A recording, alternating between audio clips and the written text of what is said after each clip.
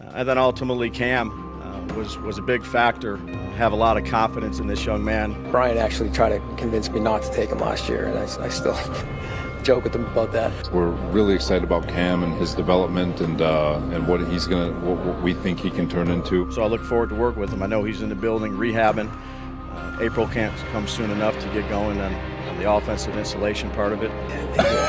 I was coming back from getting a coffee, and he sits me down the wall, and he's like trying to tell me to take somebody else. He's talking up this player, and it didn't work, Dave.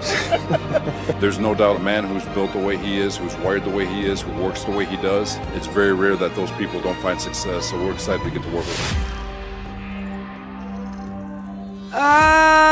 Welcome everyone to another episode of the Music City Audible, a Tennessee Titans podcast live. We are live. I'm your host, Justin Graver, part-time rapper, full-time NFL podcast producer for Odyssey.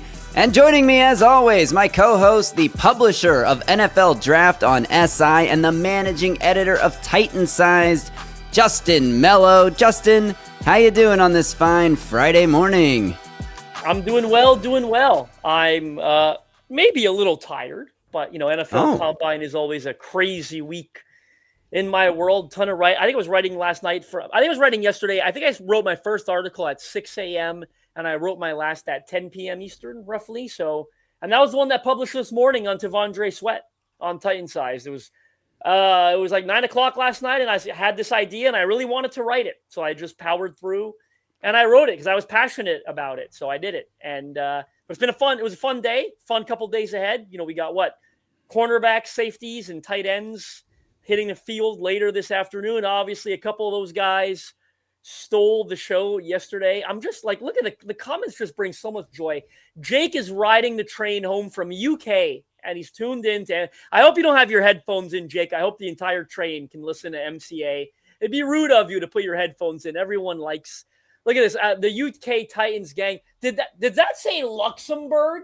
Spencer checking in as the only Titans fan in Luxembourg. Wow. Spencer, correct me if I'm wrong. Luxembourg's got a pretty big Portuguese population, I think. Portugal, we always seem to get Luxembourg in our World Cup qualifying groups. And I apologize. We normally lay you down with a pretty bad hammering. I think Ronaldo has scored more goals maybe against Luxembourg than anybody else, but we appreciate that. Checking in from Luxembourg. Yes, Dalen, you did miss the doing well, and I'm not going to do it again. So next time, to get here 30 seconds earlier. Oh, man, we got Atlas with 3 legs wishing that he was from a foreign country so that Justin Melo would give him some love.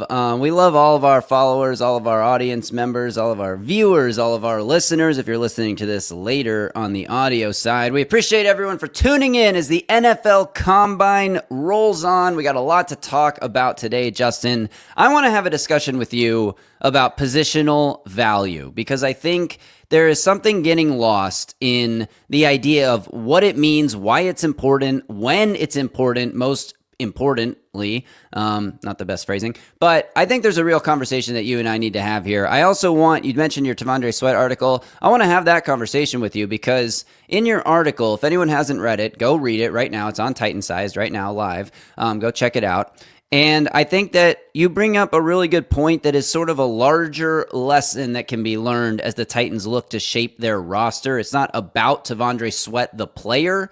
It's more about just what happens when you have a constant turnover at GM and head coach. So definitely get a hit on that, Justin.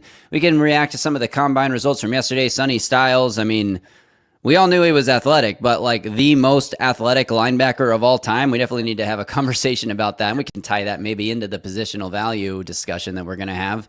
And I think most importantly and most excitedly for our audience and the people here in the live chat, we are narrowing down the list today. We have the semifinalists, I will call it, for the nickname for the Music City Audible viewer and listening audience, what you guys want to be called. We have a number of semifinalists. We're going to narrow it down to 4 finalists today, and then on Monday, a poll will go live for you guys to vote on what should be your nickname. And then by the end of next week, at this time next week, next Friday's live stream, we'll announce the winner, Justin, and our audience will finally have a nickname that we can call them. But I want to let's start with the T'Vondre Sweat stuff, because again, I think the combine results and the positional value, it's all going to tie together.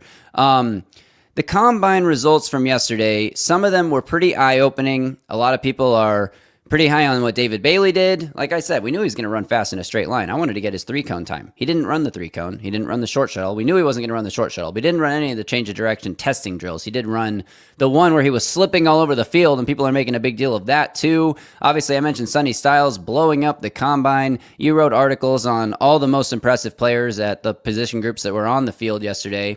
Is there anyone that stood out to you besides those two that you want to hit on quickly before we have a deeper conversation about, is a linebacker at number 4 overall crazy? Sorry. Is that besides Bailey and Styles you're asking me for? Yeah. Yeah, well, I mean, I thought Jacob Rodriguez, the linebacker out of Texas Tech, had a big workout. You know, he's a guy with like 255 tackles over the last 2 years. Some questions about his athleticism. You know, he ran a really good 40. His jumps were good.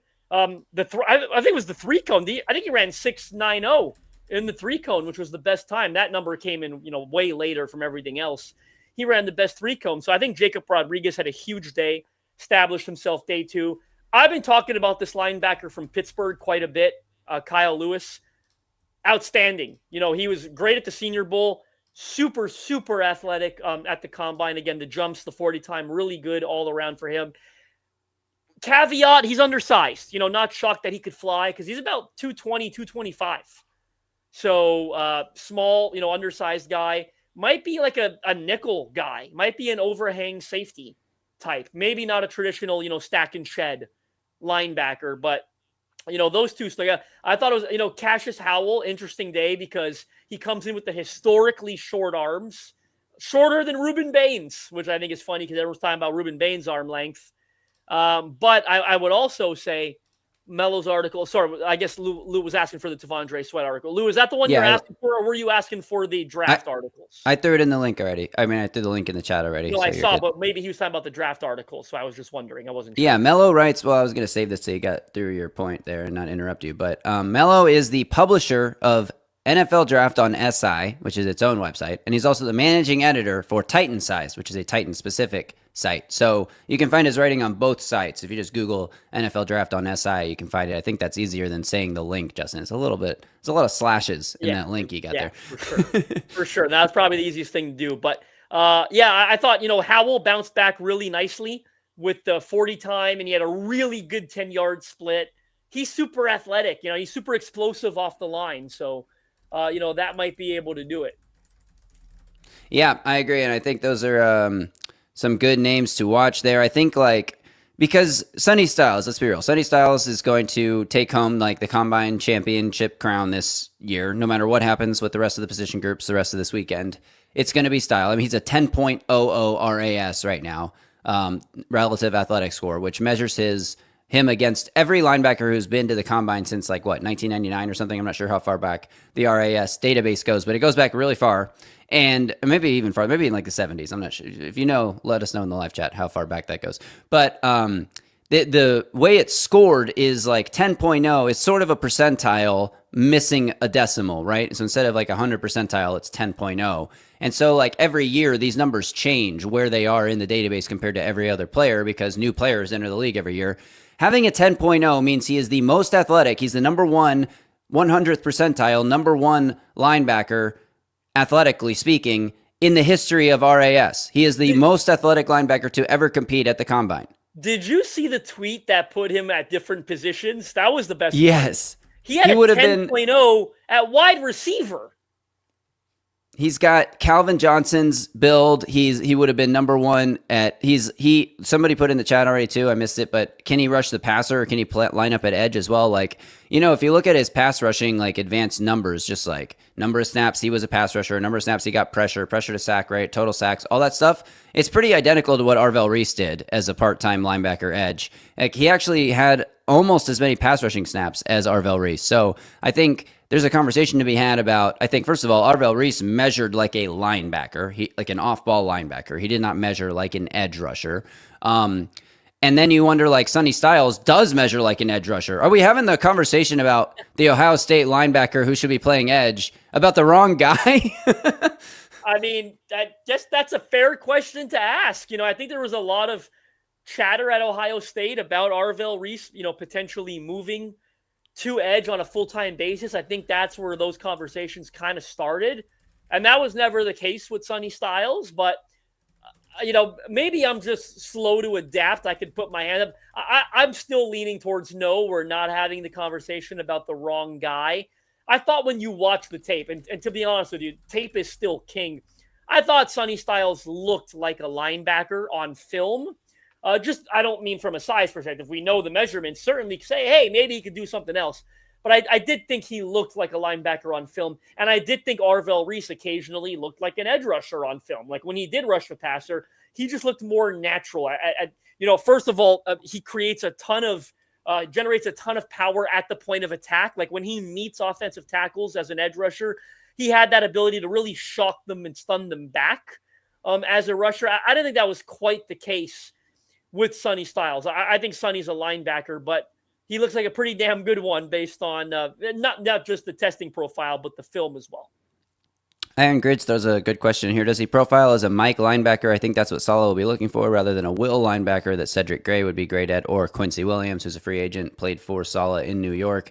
I think you could put him at any linebacker spot and feel good about it. Like, he's got the body to be a Sam and like be right up there in the line of scrimmage, taking on guards and pullers in the run game. He also has the athleticism and change of direction ability to be the Will, who's like off the ball, weak side, dropping into coverage, or also obviously the Mike linebacker too. I mean, I think you could put him at any of those spots, teach him what his roles are or what his assignments are in those spots, and he would excel. Like, he is truly potentially one of the best linebacker prospects. It's crazy. Ohio State has one of the best safety prospects we've seen in maybe a decade, maybe longer, and one of the best linebacker prospects we've seen in quite some time as well. Both coming out of the same school, and Carnell Tate, who a lot of people think has wide receiver one.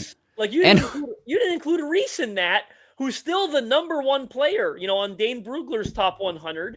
I'm curious to see how much that changes. I'll say this. I thought Reese's workout was a little overshadowed yesterday because of Sonny Styles. I know he didn't do everything that Sonny did, but they ran the same 40, I think. Like Arvell Reese ran a 4.47. He might have measured like a linebacker, but he tested like an edge rusher. Like I don't think that conversation is dead on Arvell Reese. I think it's still within the realm of possibility. You heard what Mike Borgonzi said, like, oh, he would be an edge rusher for us. I don't think someone in Mike Borgonzi's position was shocked by Arvell Reese's measurements. He probably already had them, right? So you know what I mean? So I don't think he's going to get the measurements and say, I was all wrong. This guy's definitely a linebacker. I think most NFL teams know what these measurements are before they come out. And a lot of teams still have Arvell Reese as an edge rusher.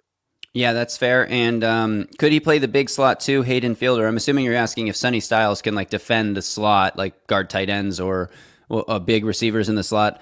Like, he's 6'5", 245. Like, he's versatile, but I don't think he's a in-space slot defender. Like, I wouldn't. Let's not get too carried away.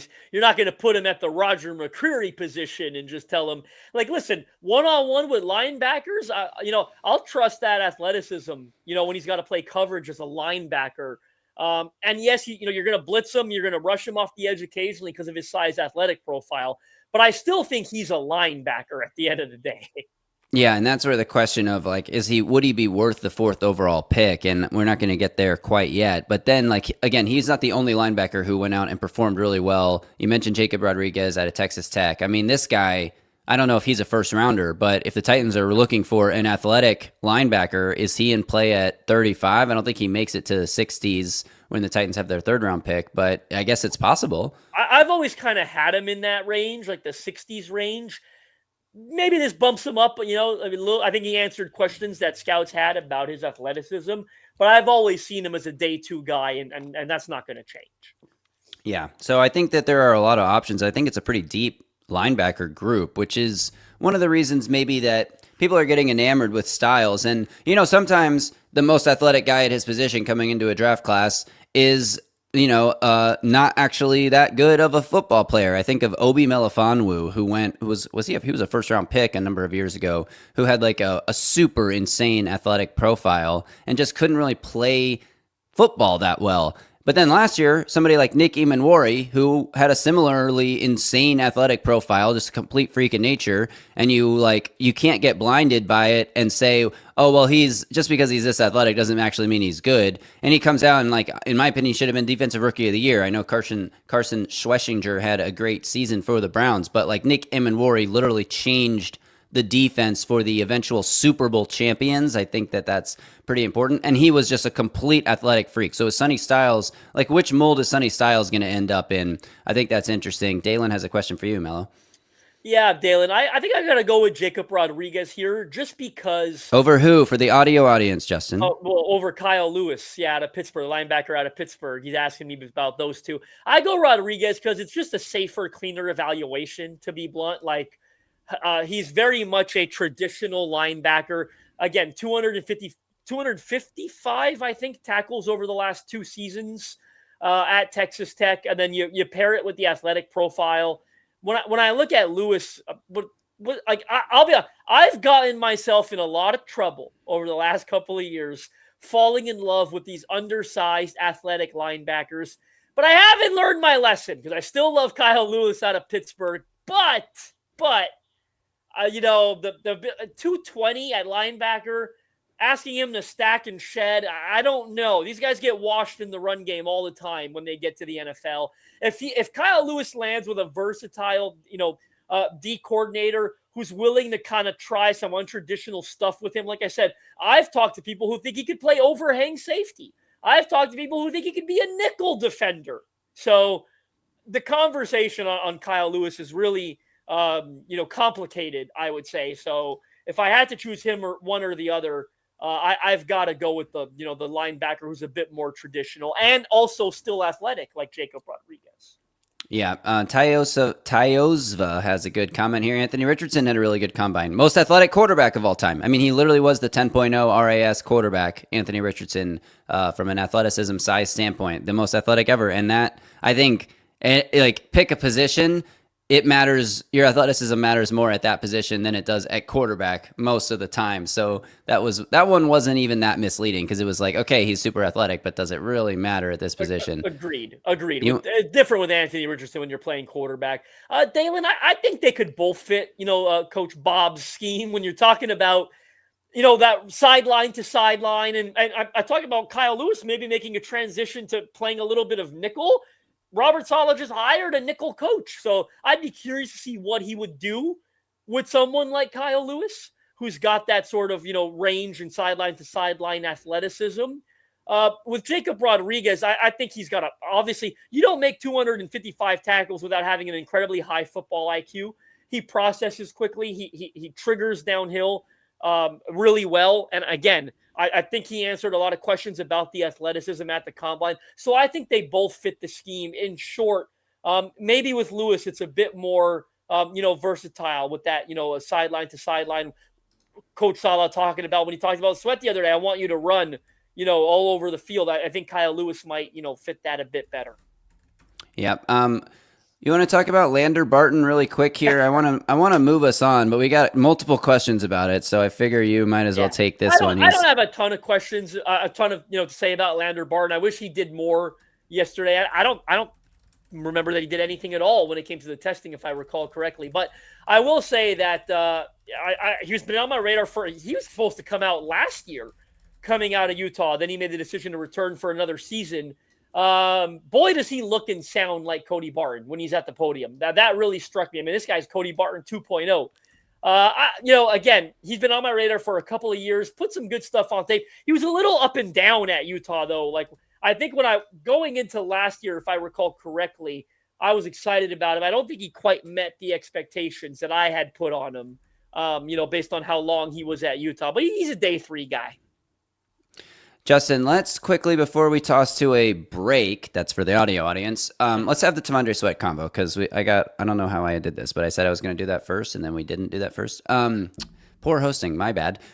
Justin, T'Vondre Sweat traded yesterday for Jermaine Johnson really exemplifies something that you wrote about on Titan Size this morning. I put the link in the live chat a few minutes ago. If you missed that, scroll up and find it. Justin, what did you sort of unearth in your brain as you were pondering this trade and thinking about the fallout that kind of teaches us a little bit about why stability is important in the NFL?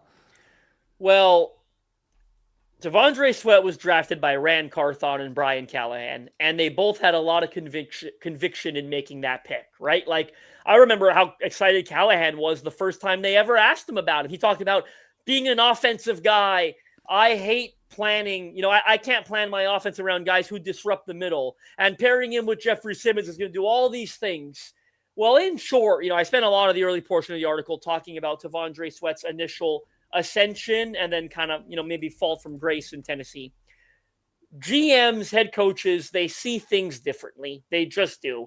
And when you've had the constant turnover that the Titans have had at, both GM and, at head coach, you start undoing what the last guys did, right? So Mike Borgonzi made it abundantly clear last year when he traded Jarvis Brownlee that he was sort of willing to sacrifice some of the young talent. And he didn't get a lot of young talent, Rand Carthon, on this roster. I mean, he wasn't here a long time, but he didn't get a lot of young talent on this roster.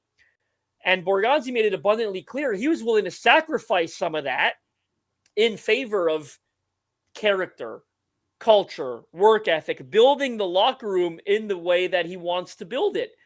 And we started asking questions right away when they traded Brownlee about Devondre Sweat, based on the red flags that were out there during the pre-draft and that also, came out during maybe training camp or the early portion of last year.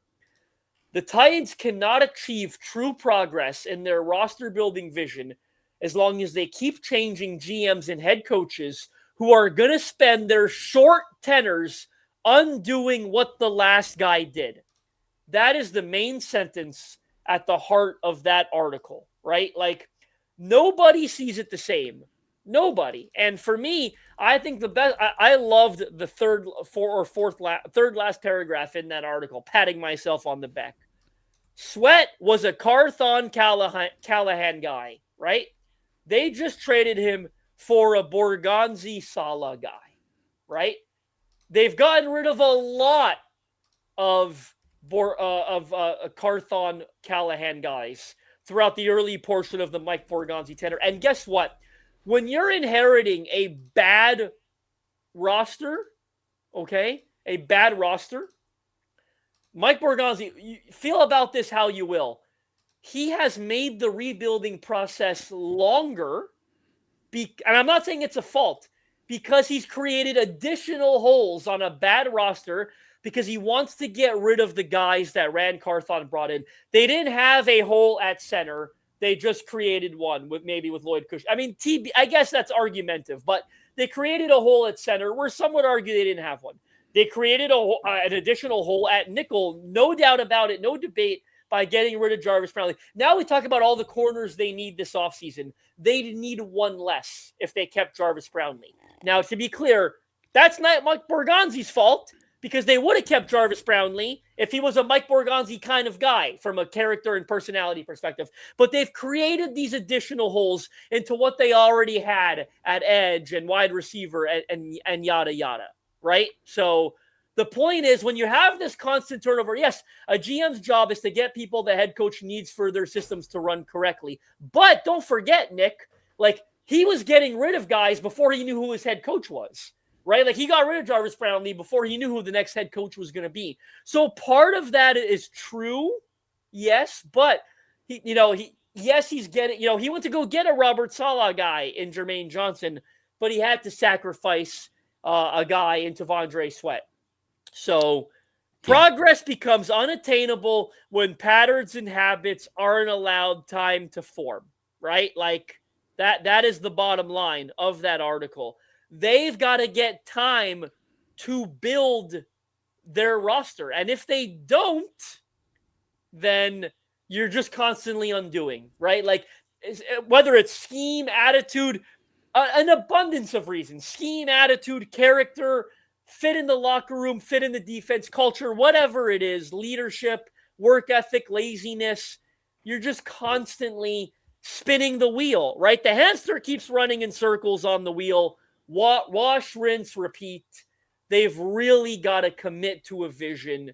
They didn't do that with Ran Carthon, rightfully so, because I don't even know if there was a vision.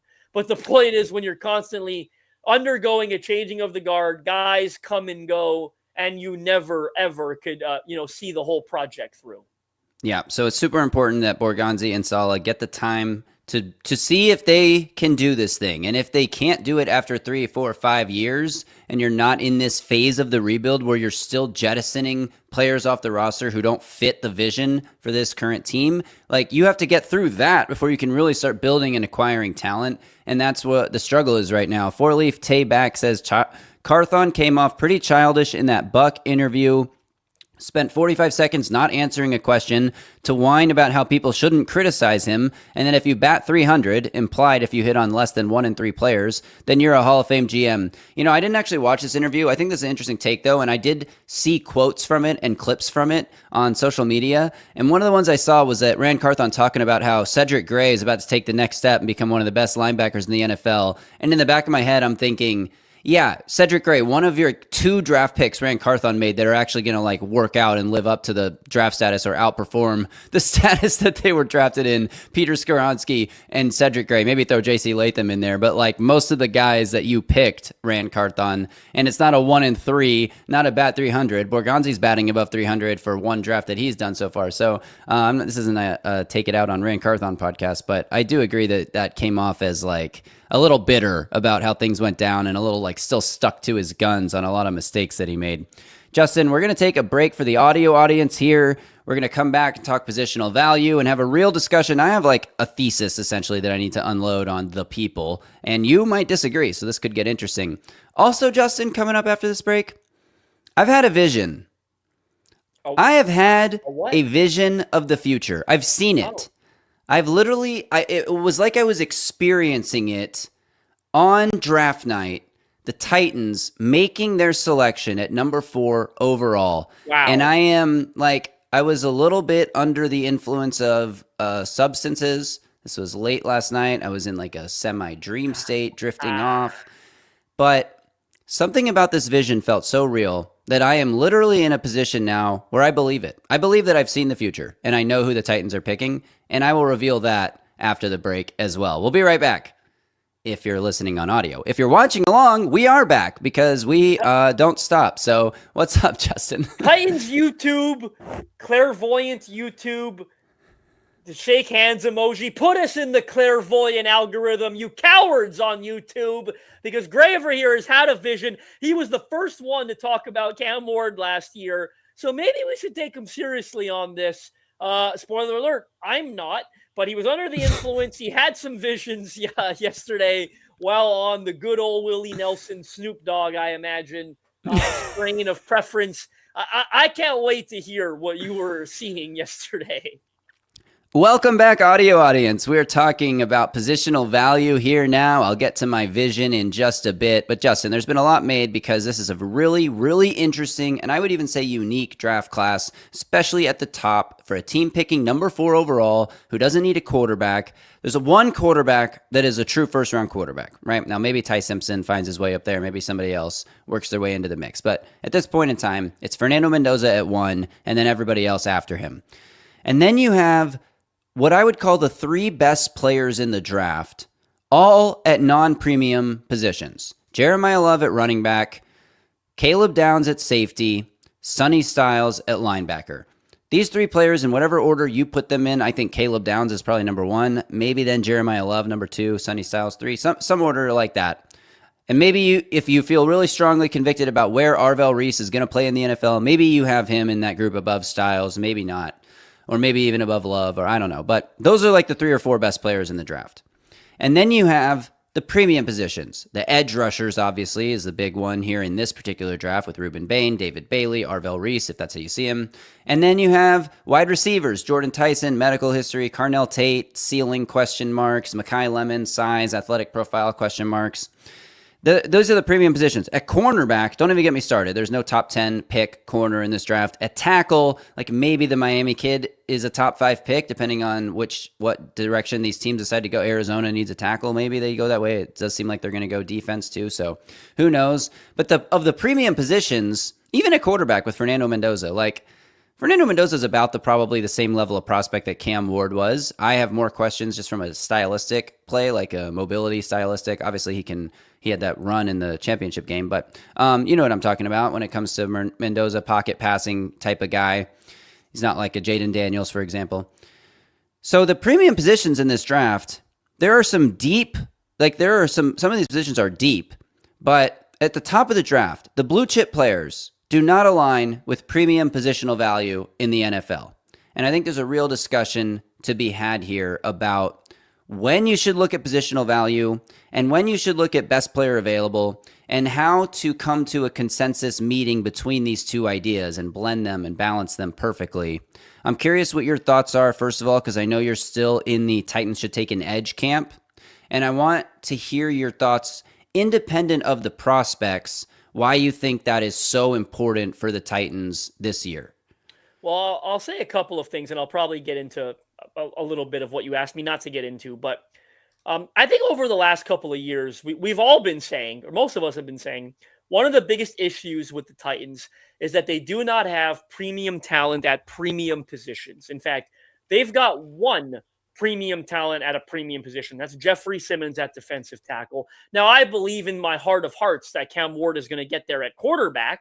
But, TBD, right? We fully haven't seen that ascension quite yet. So the Titans definitely need more premium talent at premium positions. When they lost to the Raiders last year, this is super random, but probably the most disappointing loss of the season, the one that cost Brian Callahan his job. They got absolutely slapped by a Raiders team that eventually earned the number 1 pick and won just as many games as the Titans did. There was a story in The Athletic, I think, that came out short. I don't know if it was Callahan's firing or whatever, where a Raiders staffer said, that's one of the worst teams I've seen in the last 20 years. They don't have any real, difference makers anywhere. Now, Jeffrey Simmons is obviously a difference maker, but outside of him, they don't have any difference makers at edge. They don't have any difference makers at wide receiver, TBD at the quarterback, and they don't have a difference maker at offensive tackle, which I'd consider the other. Those are the only premium positions in my opinion. It's quarterback, it's edge, quarterback, edge, wide receiver, defensive tackle, and offensive tackle. 5 premium positions in the NFL. They've got one premium guy. And we know their second best player on the roster plays guard, Peter Skoronski. And I had a hell of a debate with Jared Stillman on Twitter yesterday. And guard is not a premium position. I would never say that it is. But the point is they've already used one, borderline top 10 draft pick on a non-premium position at Peter Skoronski. And guards typically don't swing a whole lot of W's or L's in the win-loss column per se, right? So I think that plays a bit of a role, that they have already used a recent premium pick on a guard. Yes, Curtis, do you talk to Stillman on purpose? I had a lot of fun flaming him on Twitter, actually, yesterday. Anytime I get the chance to do it, I usually take advantage of the opportunity. So I did talk to him on purpose. Graver texted me when he woke up, said, damn, you flamed Stillman on Twitter this morning. I said you took him to school. Took him to similar things. Yeah, and I had fun. I put him in the back, put him in the booster seat in the back, and yes, I took him to school. So I think there's an argument to be had, right, about the premium position thing. I totally get it, right? I think that is part of what that conversation comes down to. Now, I will say, and I don't want, not that you were speaking for me, because I am still a big fan of edge at number 4. I will say it's becoming more and more abundantly clear how maybe all the premium talents in this draft don't play premium positions. Now, I wish I could make Sonny Styles an edge rusher, and I wish I could make Jeremiah Love a wide receiver, and blah, blah, blah. But yes, Caleb Downs is a safety. Jeremiah Love is a running back. Sonny Styles is a linebacker, and Arvell Reese might be a linebacker. Outside of Fernando Mendoza, there is, I feel comfortable saying, zero debate that those are the 4 best players in this draft. I think they are more talented players, better players than Ruben Bain, than Carnell Tate, heck, even than David Bailey, right? So, boo-hoo. I can't make those guys play premium positions. It is what it is. So it's very possible that the Titans might be staring down the barrel of, we just got to take a non-premium at number 4 because those are who the best players are. Now, damn it, if I could wish one thing, I mean it. If I had more conviction, and this is where I'll throw a curveball in it a little bit, if I had more conviction that Arvell Reese could definitely play edge on a full-time basis, blindfolded, no-brainer number 4 for me because I love him, and I still think it's possible that he might be the guy here to that could play edge rusher out of this class. And if so, and if Mike Borgonzi, by the way, has full conviction that Arvell Reese can play edge full-time, then I'll say something here that I don't think is popular. Then they should absolutely take Arvell Reese at number 4 because Dane Brugler, this isn't a reasoning, but Dane Brugler had him number 1 on his top 100 for a reason. He's a really, really good prospect. And I don't see enough love in Titans Twitter for Arvell Reese. It's a lot of David Bailey, and there's going to be a lot of Sonny Styles now. There's a lot of Jeremiah Love. I get it. I don't know why we're just foregoing Arvell Reese, because if he can play edge, and if Titans think he can play edge, then all of a sudden, in my mind, and I think in a lot of minds, in the Titans' mind, I have maybe found the one premium prospect at a premium position, okay? I wish like hell that Ohio State played him at edge all the time so we could, or played it with bigger sample size so we saw it more and we were more comfortable. But the Titans are probably going to have conviction on whether or not he can do it. If he can, then he might be the one premium guy at a premium position. And if he can't, then he's just like Sonny Styles and Jeremiah Love and Caleb Downs. And by the way, if he's a linebacker, I still think he's in that Sonny Styles, Caleb Downs, Jeremiah Love bucket as a really good prospect, at an elite prospect, I'll even say, at a non-premium position. But by the way, I'll argue against myself. If Ohio State did play him at edge all the time, he probably wouldn't be an option at number 4 because he'd be going number 2, and he might still go number 2 to the Jets, by the way. But I think he would definitely be going number 2 to the Jets if we knew for sure that he was an edge rusher. So that's where I land on that whole conversation. So my big thing is that there are so many people on Titans Twitter. Look, there's plenty of people who understand why Caleb Downs or Jeremiah Love or even Sonny Styles would make sense with that 4th overall pick. But there are equal or maybe more number of people who, whenever you bring up any of these players, they hit you with the positional value. You'd be stupid to take a running back at 4. We get people in our comments when we talk about this. How could you be so dumb that you waste a resource and take a running back at 4 overall? Or in what world is a safety going number 4 overall? Look, this isn't like taking a kicker or a punter number 4 overall. I think we need to chill out a little bit on this, because my big thing is, are you really going to pass on a better player at a position on your roster that you're not like 100% solid locked down at? We're not talking about taking a quarterback. We're not talking about taking a pass rushing defensive tackle or a left guard, which in my opinion are really the only 3 spots on this entire roster that you can say you are rock 100% solid at.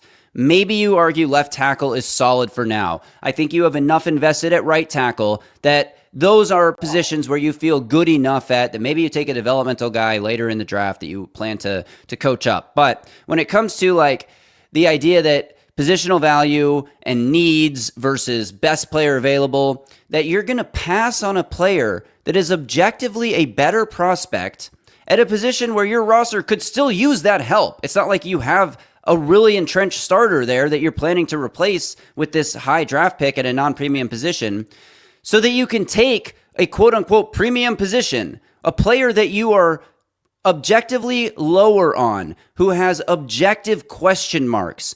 All 3 of the edge rushers have question marks. You talked about Reese a lot there, so I'll go to the other 2. Ruben Bain's arms are extremely, historically short. Now, I know Schefter reported that at least 2 teams had Ruben Bain's arms at 32 inches. That is Ruben Bain's agent texting Adam Schefter and Adam Schefter tweeting that. I bet $100 on that. And you have no NFL edge rusher in the last like 27 years has made a Pro Bowl with under 31-inch arms, and Ruben Bain is at 30 and 7/8 inches. So that's a real question. Now, personally, when I watch Ruben Bain play football, I think that he does a couple things that sort of offset this. He plays with really good leverage. He gets his hands inside the tackle's chest so quickly that it's hard for them to use any length advantage they have on him. He also goes with one arm a lot, which gives him an extra amount of reach, whereas if an offensive tackle is trying to hit you with a two-hand punch, they're not going to be able to reach as far. So he does a lot to offset it, and you can see it on tape. And a lot of people who are really smart and smarter than me in evaluating this stuff have said similar things. But you can't ignore that he is a historical outlier. That's a massive question mark.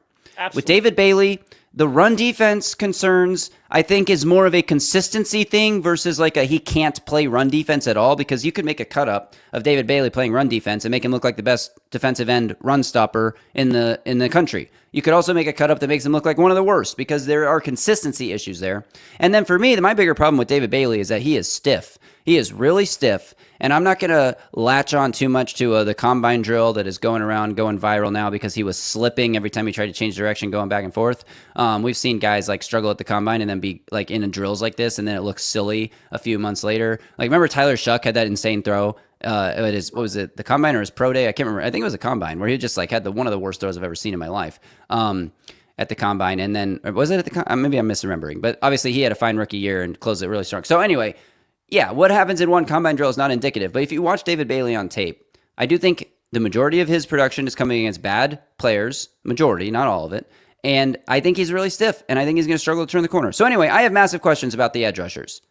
I have massive questions about the wide receivers. I don't think Cardinal Tate has the highest ceiling. I think he's going to be a really good wide receiver too. I think you were right to say he's one of the safer prospects. But when you're talking about top 5 pick, I need if I'm taking a receiver in the top 5, I need Davis again. It might be like Yeah, like if I'm taking a receiver in the top 5, I need him to at least have the ability to take a 15-yard catch and turn it into a 45-yard touchdown. And I literally don't think Cardinal Tate even has that like ability unless he just catches a wide open pass. He's not a run after catch guy, definitely. He's not going to create explosives. He's a possession player, and he could be valuable to an offense, but not top 5 pick valuable. So, and the corners, don't even get me started again on the corners. I mean, the best corner might not have an ACL or whatever. What was going on with Jermod McCoy? Like, I don't even know. So look, the positional value debate then gets really tricky, because you're objectively saying that I would rather take a worse player than a better player because of some theoretical philosophical idea about positional value. And if I told you, Justin, that you could take a B+ or a B level edge prospect in the first round and then maybe come back around and get a B- level I don't know, running back or receiver prospect in the second round, versus in the first round, you get an A++ blue chip running back prospect. And then in the second round, you still have B level edge rushers there available. Like, the combination there, it's the other thing that gets lost when we talk about the draft is the attention gets hyper focused on the first round. It's like the Titans have 9 picks in this draft. They don't have to satisfy every need with the first pick. And they can forego needs, because it's also like there's so many factors to this, and I'm sorry I'm rambling, but the other big part of this is where the Titans roster is in terms of the rebuild. The Titans are not a dominant edge rusher away from going to the Super Bowl next year. The Titans' biggest need, everybody says the Titans' biggest needs are wide receiver, edge, and cornerback. I think I've said this. I think I might have said this yesterday. Forgive me if I'm repeating myself. The Titans' biggest need is good football players. It's not position specific. The Titans do not have enough good football players. Why do the Titans have $100 million in cap space? Because they haven't drafted anybody worth paying in a long time, except for Peter Skoronski, who's going to get the bag this year. Like, that's the truth. They don't have enough good football players. And I think being so attached to positional value and drafting for need is how you end up with Corey Davis and passing on Jamal Adams, who went right behind him. And I know Jamal Adams, like, the memory of Jamal Adams is tainted because of how his career eventually turned out, and it was a short prime, but he was an all-pro 3 times. Like, that's the kind of prospect that's what it means to draft best player available versus being pigeonholed into taking a wide receiver. And that's a great comp, because Jamal Adams, your 1 pick later, is a non-premium, right? Like, he's a safety. And I'm sure that factored into John Robinson's evaluation at the time. I got to take the premium position. I want to quickly shout out Stevie B here for the super chat tip. Stevie B, $5 super chat tip. Thank you so much. Very generous. Love hands, because you should be focused on putting blue chip talent around first overall 0-star to begin with. That is a great point. Thank you so much, Stevie B, for the super chat tip and the great point as well. I land somewhere in the middle here with you. And I think I can best summarize. I usually talk a lot. I think I could best summarize this with one sentence. Do I think it's usually crazy to take a non-premium at number 4 overall? I do. I think you're sort of overselling a little bit. Just take the best, take a safety at number 4, take a linebacker, whatever. Just take good players. Well, it's because of the drop-off, too, because there's so much depth at edge. But I'll push back on that quickly, too. Historically speaking, you do not get difference-making edges even at number 35 overall. Those guys go at number 4. They don't go at 35. You just don't. I think that is true historically, but I also think if you look at more recent drafts, it's changing a little bit. Like, more of those guys are popping up. Not a lot, and I agree. It's going to take good scouting, and it's going to take good player development, which I do believe Robert Saleh is one of the best defensive player developers. So that, like, having that in your back pocket also helps. Maybe you feel a little more confident waiting till the second round to get your edge. Trading for Jermaine Johnson helps as well. I mean, it shouldn't change that much, but like even in the comments we got one, there will be edge in later rounds. Okay, who's the edge at 35? It's someone that you're justifying something about because all the good ones are gone. It's Cassius Howell and saying, well, he's got the shortest arms I've ever seen, but he's explosive, right? Like it's always that guy at 35. And sometimes that guy turns into Nick Bonito, right? Who we were like, he does have kind of short arms, and I don't know that he could play edge for sure, but he's an incredible edge rusher, fast forward, right? But you're always asking a big question, typically. Well, it's Zion Young from Missouri, who's like, man, he plays really hard and he's relentless, but he's not. But like, exactly. Like, let's play along. It's Messidor, who's in his 6th year of college and is already 25 years old and broke out this past year, finally. It's R. Mason Thomas, who's one of the smallest edges I've seen in the last 4 drafts and is probably going to get washed out of the run and might end up being a DPR. Or it's TJ Parker, who didn't produce this year and doesn't have a very good athletic profile and has some clear athleticism and twitch deficiencies. That's what you're dealing with at edge at 35 all the time. So I just think we oversell, right? I just think we oversell a little bit. And but I think I got sidetracked myself here, right? Like what I was going to say is I think you're overselling. Just take the non-pre. Is it crazy? In most drafts, it is. I would almost never, ever, ever be on board with safety or off-ball linebacker at 4. I don't even know for sure if I'm on board with it now, but I will concede and admit this is the most unique draft I've ever seen in relation to this conversational topic, right? It is the most unique I have ever seen, and I don't know that the Titans will have a choice but to take a non-premium. And I think that it could easily be the right choice. It depends on how they evaluate some of these guys. If they truly think David Bailey is a can't miss, blue chip edge rusher, not can't miss, but as can't miss as it gets, because everybody at the end of the day could miss. Or if that, Ruben Bain is that guy. I mean, Robert Saleh talked about how violent, he went on Buck Rising show and just talked about how violent Ruben Bain is. And the only words we've heard Robert Saleh say are speed and violence when he's talking about what he's looking for this team, talking about Ruben Bain playing with violence. So maybe they will really like that guy and maybe they will draft for need.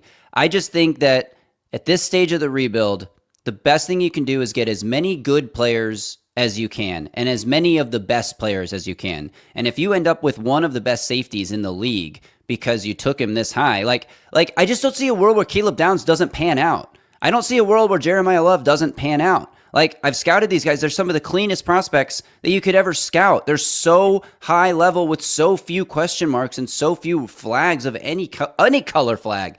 Forget red flags, no flags on these guys.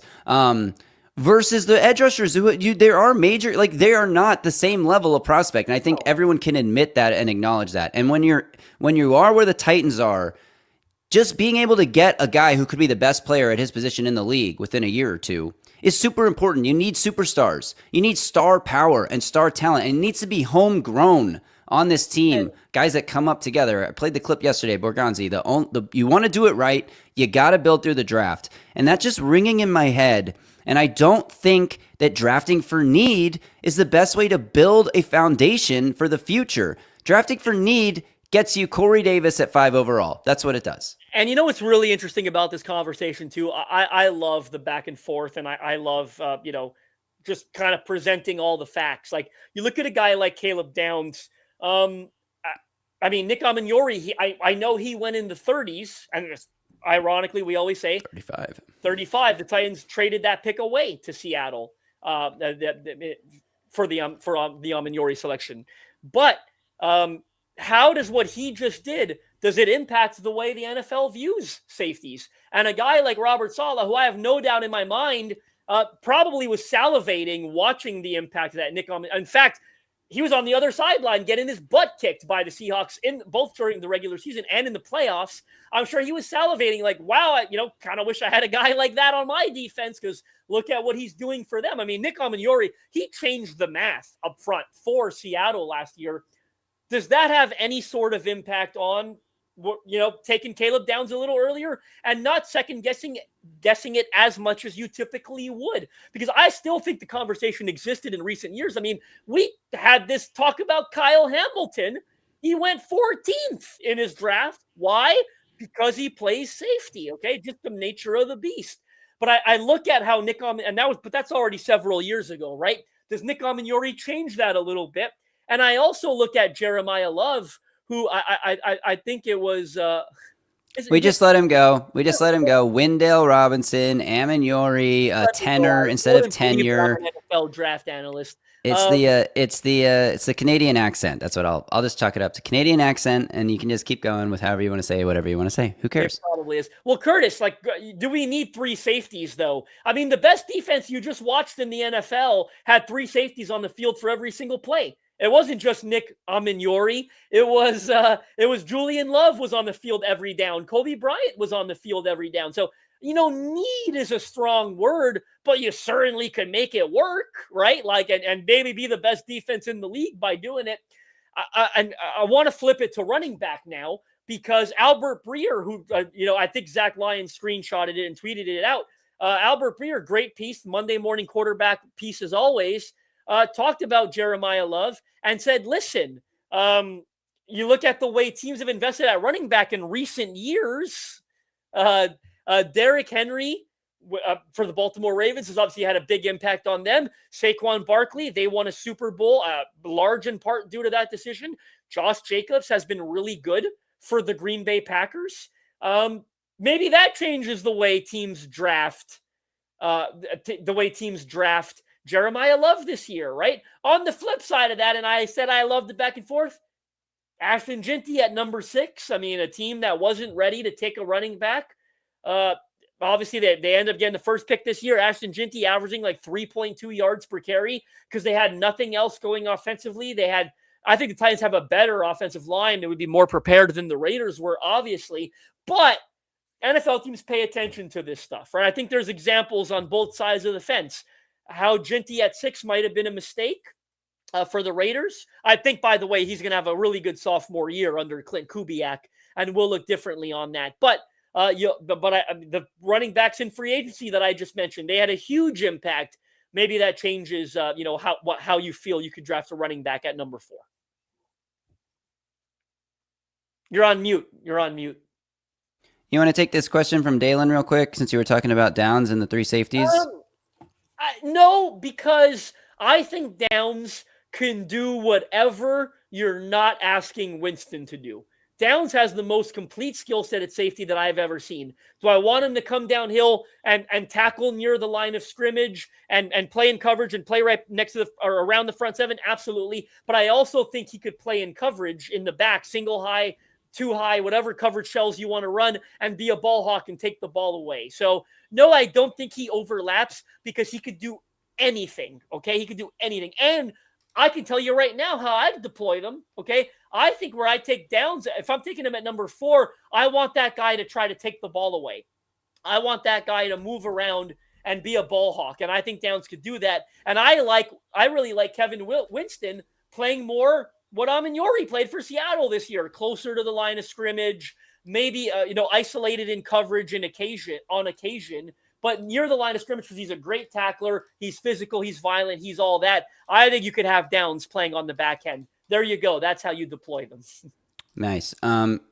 Justin, the NFL just announced what the salary cap will be for the 2026. Obviously, I'm doing two things at once here.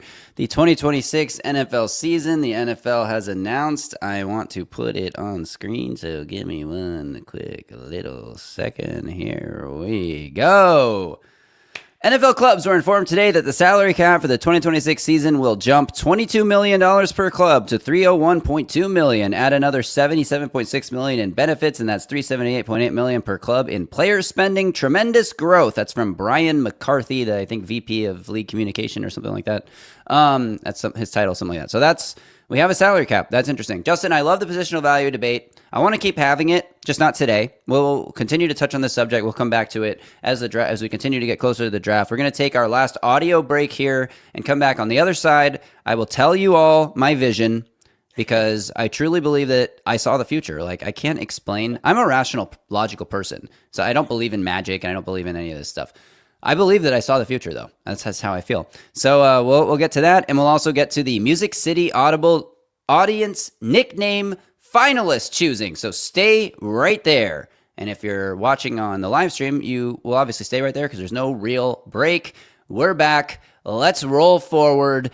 Justin, I'm going to put my headphones on here. I'm going to get really into the mood. Oh, wow. You're not messing around. I got to get back close to the mental state I was in yesterday so that I can really feel this. Are you going to do illegal drugs live on the stream then, or what are you doing? No. No. That's what the music's for.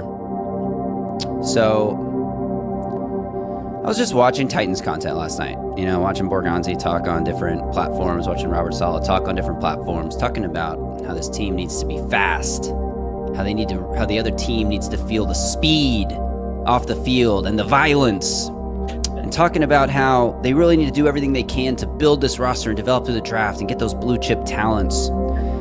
And, I've been arguing against the premium position players in favor of the blue chip talents for weeks with you now. Like, I truly think that's the best way to build the roster. Did my opinion there influence this vision? I honestly don't think so. I sat back, I closed my eyes, Mike Borgonzi's droning on and on about some nonsense on the TV. And it just came to me. Literally just in a vision, it came to me. I saw my television screen. I saw the Titans on the clock. And I saw the graphic animation reveal itself as the Titans pick is just announced, and you got that full screen board where it has the player's name and then their measurables or their strengths and player comp and all that stuff. We all watch the draft. We all know exactly what screen I'm talking about. And I swear, Justin, I did not influence this myself, maybe subconsciously, but it just came to me. The Titans are drafting Notre Dame running back Jeremiah Love. Wow. It's happening. It's going to happen. Wow. And here's the thing. It's the right decision. It is. There's going to be, and I even saw part of this, some of the fan base celebrating because so many Titans fans are all in on the idea of bringing Jeremiah Love to Nashville. And so many other people, like I mentioned just before, are so against the idea of spending this high of a pick on a running back. And I'm sorry to those people because this is the future. I've seen it. I know it. I believe it. I will continue to believe it up until the pick is made and it's not the case. If it's something else, I'll have to reevaluate my own spirituality and my own ability to foretell what is coming, my ability to manifest what I want. But I've seen the future, and Jeremiah Love will be a Tennessee Titan, and I'm super excited for it. And we will have a whole episode at some point breaking down what Jeremiah Love is going to bring to this offense and how incredible he's going to mesh with Cam Ward. They're both all ball all the time kind of guys. No other hobbies. It's football. Jeremiah Love's incredibly intelligent guy. To the point where it's these aren't your typical football players. And he's not your typical running back, meathead, 4th overall pick. he is like a special person on top of being a special football player. He can run routes out of the backfield. He makes one-handed catches and going off and scoring touchdowns, bursting through the line of scrimmage, breaking tackles. His numbers, by the way, compared to some of the top running back prospects, you mentioned Zach Lyons earlier. I gotta take the headphones off. You mentioned Zach Lyons, what he tweeted earlier. He tweeted a comparison of Jeremiah Love to some of the other top running backs in recent drafts. And they're like their number of carries, and then their yards per carry, their breakaway percentage, touchdowns, all these different stats. Jeremiah Love, with the fewest carries, has the best production out of all these top prospects. There was another stat floating around. Jeremiah Love faced the lowest percentage of light boxes last season of any running back in the country, meaning that he faced a stacked box on more carries, more percentage of his carries than anybody else. Still had an insane yards per carry, and his yards per carry against light boxes was like almost 10 yards per attempt.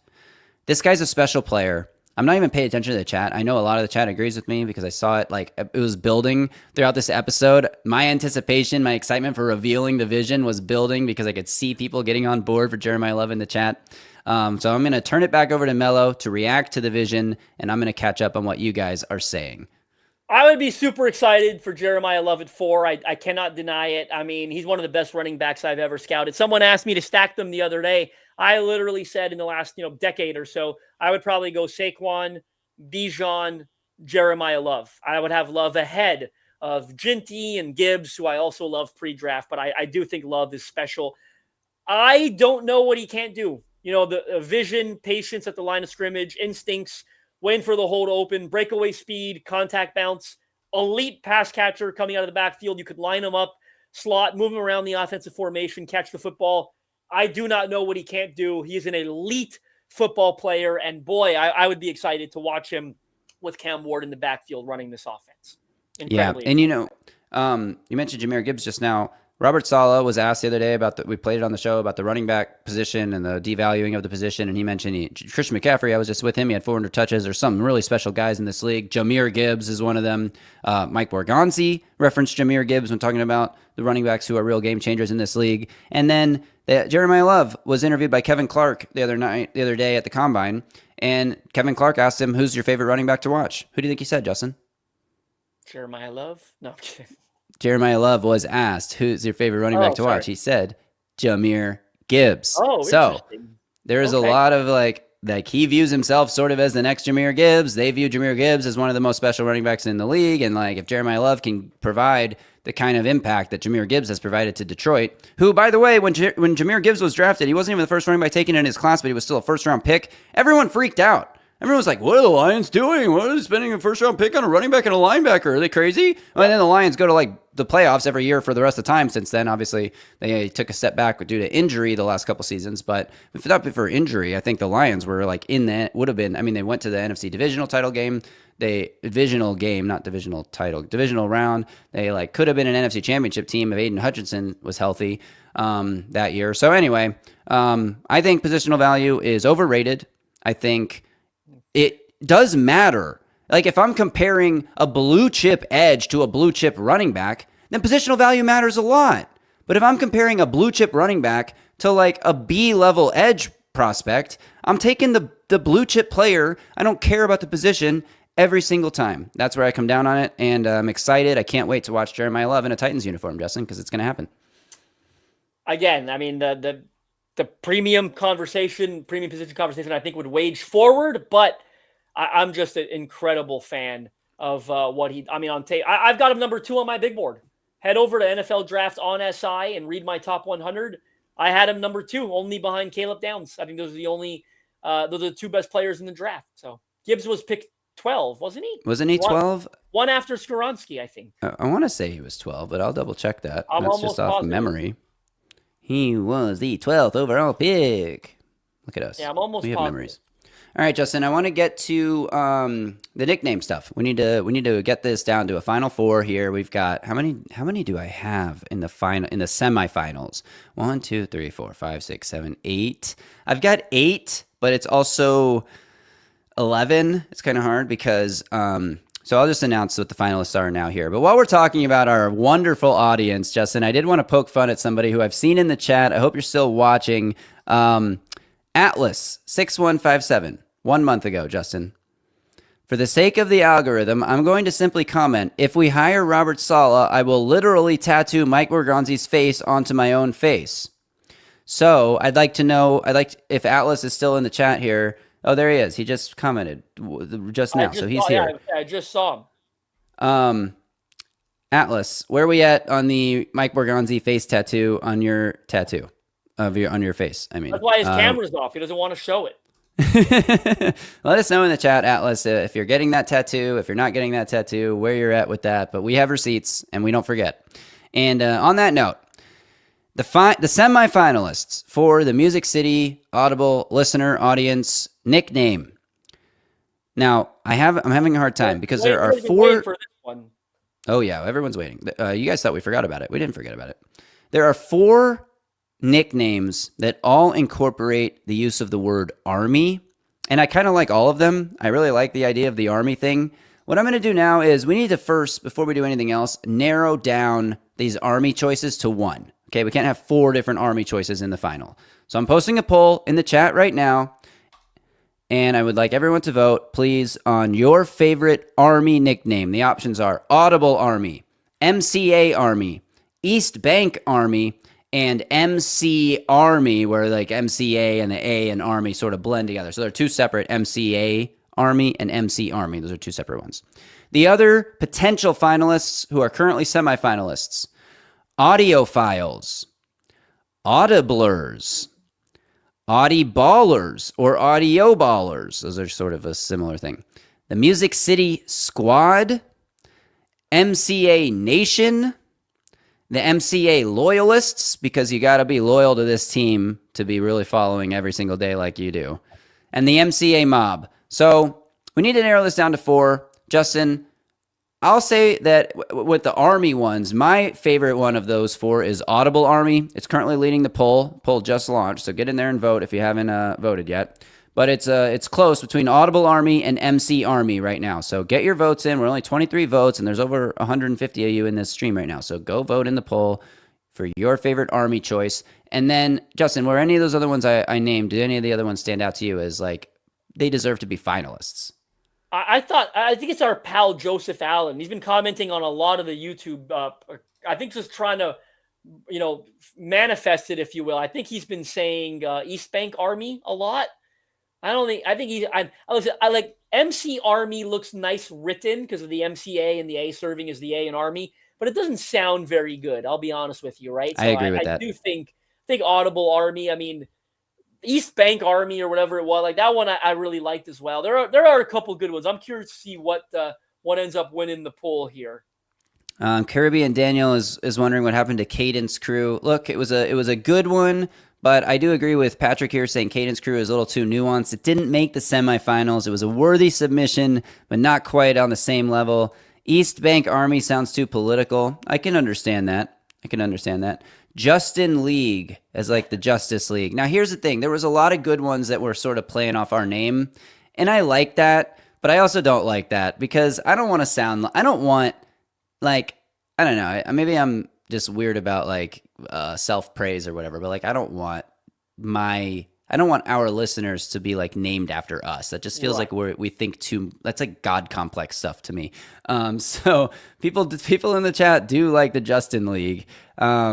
I don't know if the Justin League is worthy. Maybe it makes it to the finals, and if enough people vote it and they tell us like, hey, stop being so humble, we want to be the Justin League, then we'll be like, okay, sure, you can be the Justin League. But it does feel. It's not my choice, Patrick says. You're right. You guys get to choose your own name. Now, here's the thing. What I'm going to do is once we have, Jordan Damus says, East Bank Army going to get us a lot of financial support from the American government. What I'm going to do is I'm going to post the 4 finalists, which we are about to determine right now, in a poll on our YouTube community tab so that you guys have time to vote. Like, you don't have, like, oh no, I missed the live stream on Friday. I don't even get to a say in what the name is. No, we're not going to do that. You might have missed a say in what the finalists are, but I'd like everyone.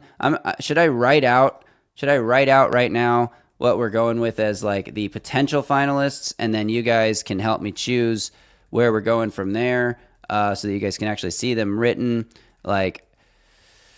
And then we need you guys to give us like your 4 favorites here that we can then turn into the finalists for the final poll. You want to take this? You put it up. I think we'll close out here shortly. First live show I've been able to catch in weeks, and the man had face tattoo receipts. I appreciate the dedication. That's why he's got a bear as his profile pic. He can't take a pic of his face anymore because it's got a big old tat. What is Robert Saleh? Was it a Robert Saleh tat over his face? You could have just put it on your if you're shave your head and put one on the bald head, or just shave your head like Graver and I were going to if we hit 10K at some point, whatever that promise was that I've already forgotten. I like what Iron Grids is saying here between Audible Army and Audiblers. I liked Audio Files. Like, that was one of my favorites. I think I said that randomly on a show, and somebody commented, Justin Graver, you just came up with the name. It's Audio Files. So Atlas is now Mike Borgonzi. Nathan Smith hates anything with Army in it. I get the alliteration, but Army sounds dumb. I mean, look, there are some, like, do we want to be associated with, like, war and violence? Like, I don't know. Robert Saleh can't stop talking about being fast and violent, so maybe it's good. But,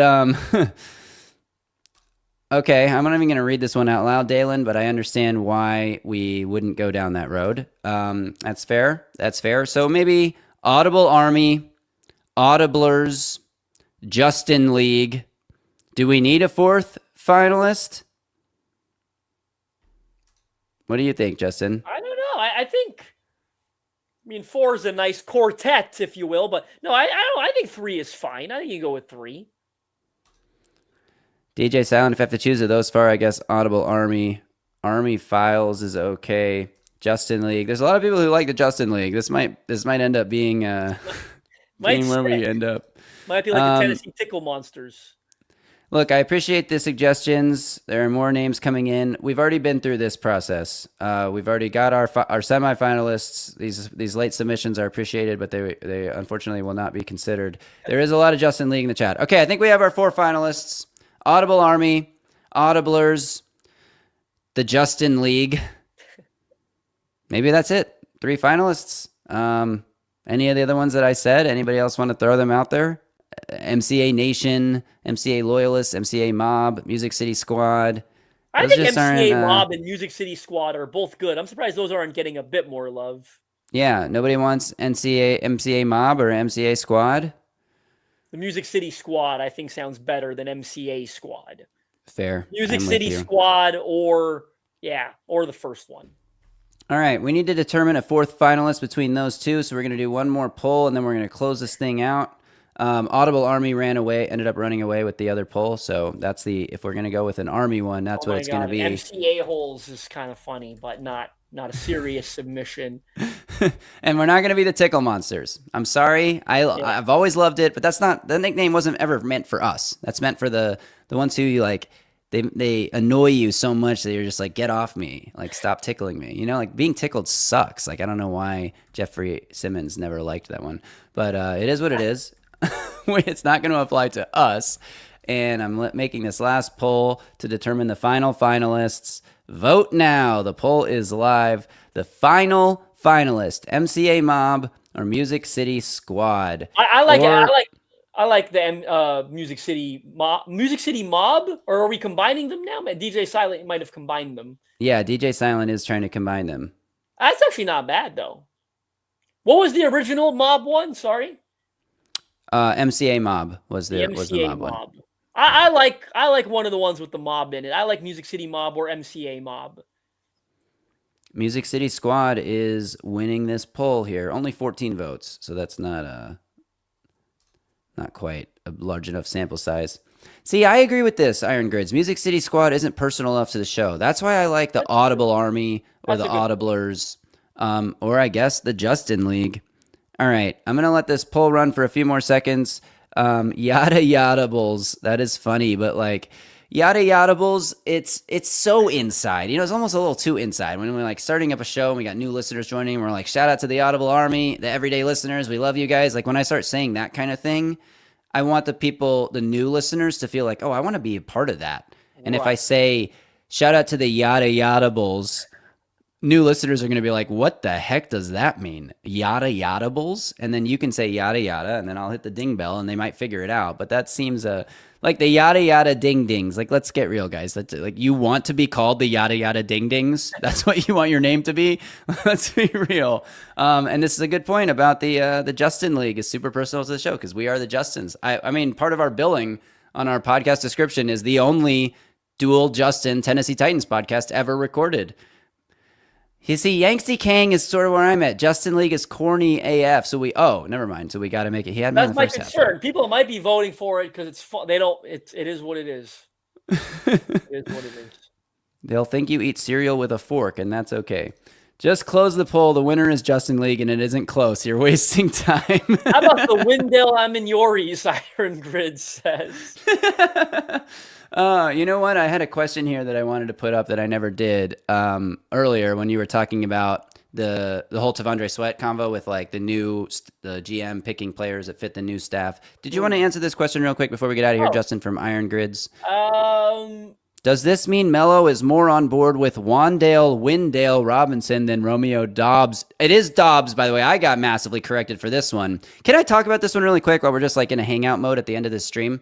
Yeah. So Romeo Doubs, when he was entering the draft out of Nevada, was Romeo Dubs. Like, that was his name. That was how all the announcers at Nevada said it. Like, everyone knew him as Romeo Dubs. He gets drafted as Romeo Dubs. He plays for the Packers as Romeo Dubs. And then sometime during his rookie year, or maybe it was like during preseason before his rookie year, he goes on a interview or a podcast or something, and someone asks him how to say his name. And he's like, yeah, it's actually pronounced Dobbs. And I've just been too shy to like correct anyone. I never corrected anyone at college. So they just called me Dubs there. And me being like a big draft nerd like you, I remembered him being Romeo Dubs. And I missed the Romeo Dobbs thing until we did a whole episode on him. And we got like 55 comments telling us that we were saying his name wrong. And then I went and looked into this history, and everything I just told you, I learned after we recorded that episode. So yes, it is Romeo Dobbs, not Romeo Dubs. Apologies on my part for not updating what I thought was a correct pronunciation. And over to you if Wandale really feels like a Borgo Solid guy character-wise. And also we could talk about the Tony Pauline report that came out. And also the other report. We're an hour 15 here at some point. Hey, we got No, I just want to pass it on. I don't want to like dive into it, but go ahead, answer this question. No, to be honest with you, Iron Grids, my opinion hasn't changed. I mean, I think there's a great chance that Robinson is who they target if they hit free agency. But my personal evaluation, I still like Dobbs. I haven't changed it one bit. But I do think you bring up a great point. Robinson might be the Borgo, character guy. Obviously, you add the, history of playing for Dable, and that, adds a whole other layer to it. I think it's very likely that Robinson ends up a Tennessee Titan if he hits free agency. And I'm not going to be mad about it. And I think I'll largely make my determination based on how big the contract is. I've been a little concerned about some of the numbers being floated out there. I really like Romeo Dobbs. Due to I think there's going to be great value on the dollar for him, and I think he's a really productive receiver, and I think he does a lot of the things they need from a size, physicality perspective. But I hear you loud and clear. It's a good point, and I do think Robinson, could end up a Titan in a couple weeks. This is a funny comment from Atlas that just came in. If I hear, welcome Justin League, I'm removing my Borgonzi face tattoo. Patrick has a Peloton class at noon. Let's get this Justin League versus Audible Army poll going. Need time for it to mature. Okay, you know what, Patrick? You're right. I came into today said we're going to go down to a Final Four. Screw it. We're going to a Final Two. And partly because my final finalist poll is like dead even at 50-50 right now. It's going back and forth between 51-49 and 50-50.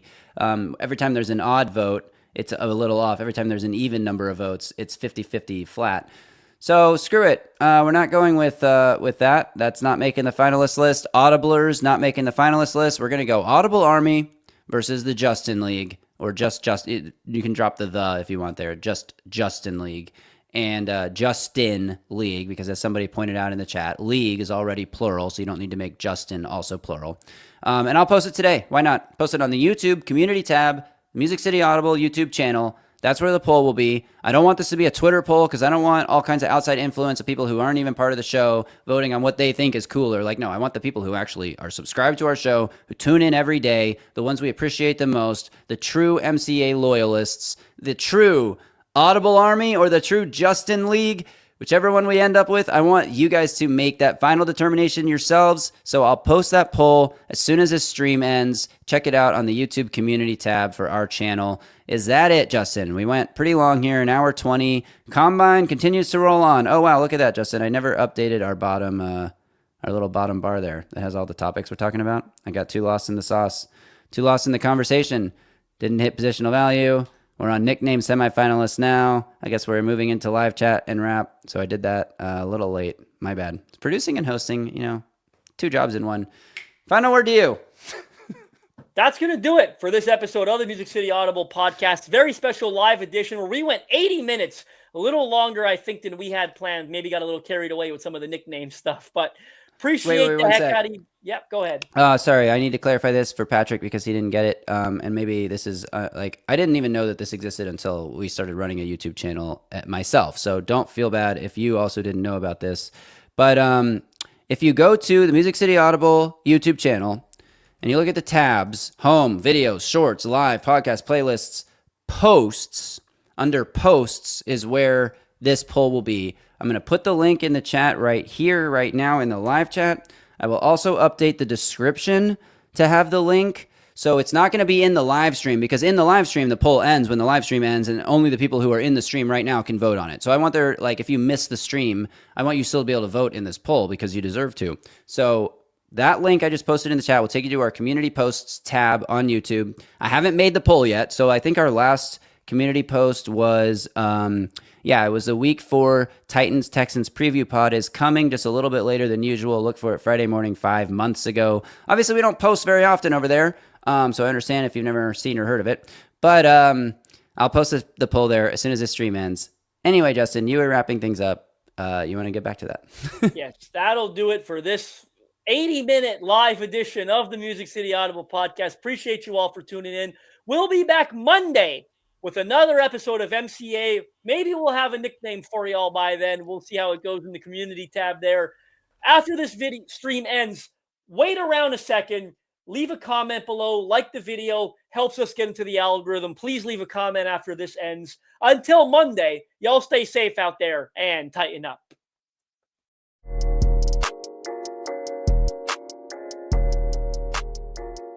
A Broadway sports media production.